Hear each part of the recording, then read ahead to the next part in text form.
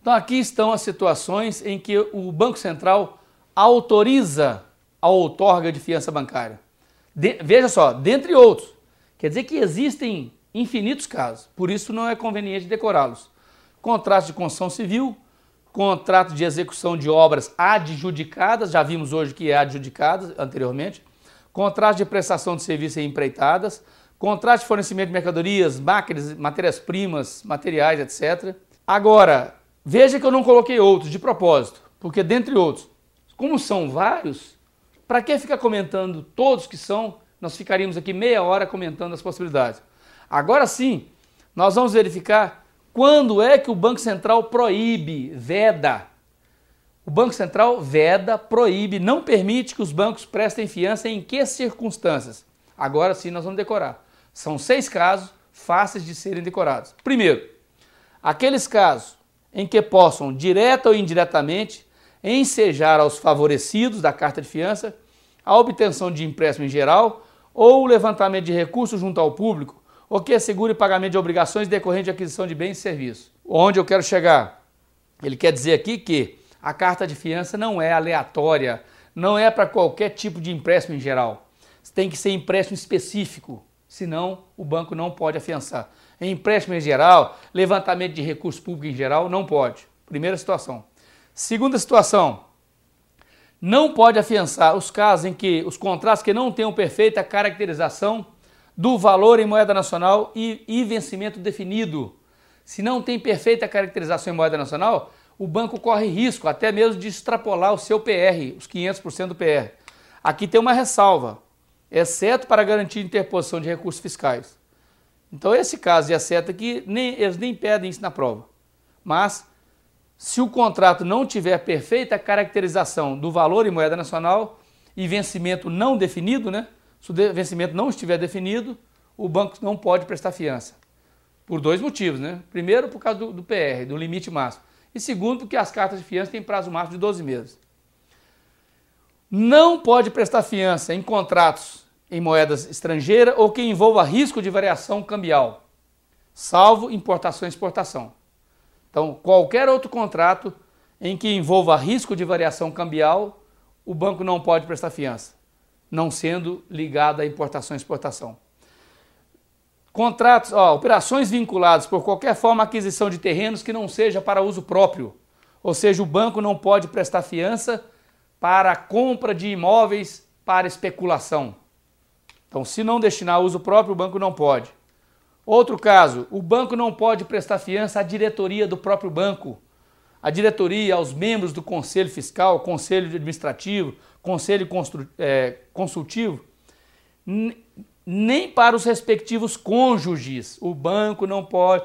Cabral é diretor do Banco do Brasil, o Banco do Brasil não pode prestar fiança para Cabral, nem para o cônjuge, para a esposa de Cabral. O banco não pode prestar fiança aos parentes até 2º grau das pessoas mencionadas no item anterior. Então o banco não pode prestar carta de fiança para os meus parentes até 2º grau e nem para os parentes da minha esposa até 2º grau, nem para os parentes até 2º grau dos conselheiros, etc. Fácil de guardar. O banco não pode prestar fiança a pessoas físicas ou jurídicas que participem do capital do banco com mais de 10%, exceto autorização especial. Então, por exemplo, suponhamos que o Procursos tenha 15% do capital do Banco do Brasil. O Procurso comprou 15% das ações do Banco do Brasil.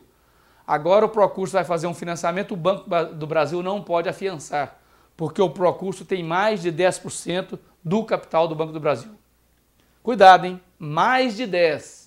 Se cair na prova, pessoa física ou jurídica que tem 10% do capital não pode receber fiança. 10 pode. O que não pode é mais de 10, 10,1. Tranquilo? As pessoas físicas ou jurídicas, ou melhor, as pessoas jurídicas em que o banco participa, ou aqueles diretores participam com mais de 10%. Aquelas pessoas lá, os diretores, conselheiros. Então, por exemplo, suponhamos que eu seja diretor do Banco do Brasil e eu tenho 20% do Procurso. Por hipótese, eu tenho 20% do Procurso, então o Procurso é uma pessoa jurídica, eu sou diretor do Banco do Brasil e tenho 20% do Procurso. O Banco do Brasil não pode prestar fiança para o Procurso. Tranquilo? Não pode prestar fiança às pessoas jurídicas, Procurso, de cujo capital participe com mais de 10%, Cabral 20%, de quaisquer dos diretores ou conselheiros, e parentes até segundo grau e cônjuges. Então, todos os diretores do banco, conselheiros, esposas, esposos e parentes até segundo grau. Se tiver, qualquer um deles tiver mais de 10% do capital do Procurso, o Banco do Brasil não pode prestar fiança para o Procurso. Daí ficou fácil decorar quais são as situações em que o banco não pode prestar fiança. Muito mais fácil do que tentar decorar todos que ele pode.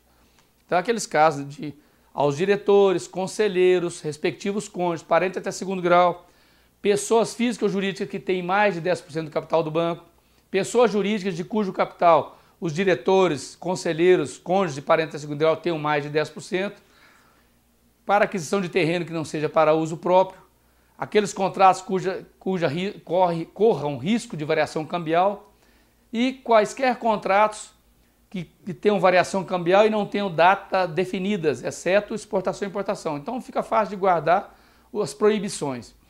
Um detalhe importantíssimo para encerrar a fiança bancária é que, sendo a fiança bancária uma operação acessória, não há cobrança de IOF. Eles exploram muito na prova.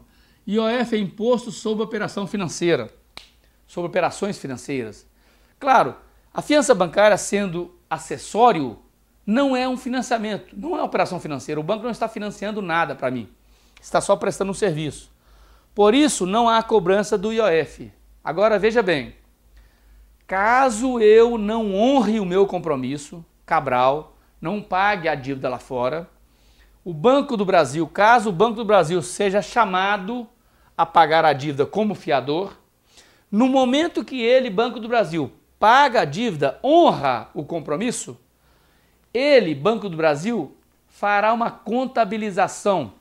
Aquele dinheiro que foi saído do banco, aquela fiança bancária que era uma operação acessória, passa a ser contabilizada como operação ativa, como se fosse um empréstimo.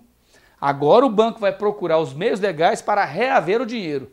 Então, quando o banco honra a fiança bancária, a partir desse momento, a fiança será contabilizada como operação ativa e aí sim haverá pagamento de IOF. Repetindo, a mera prestação de fiança bancária não gera pagamento de IOF. Mas se cair na prova assim, o banco que prestou a fiança bancária, ao ser executado, ao pagar, honrar o compromisso, haverá pagamento de IOF. Verdade. Ao pagar a conta, o banco contabiliza como operação ativa e aí gerará o imposto sobre operações financeiras. Nós terminamos aqui todas as garantias do sistema financeiro nacional.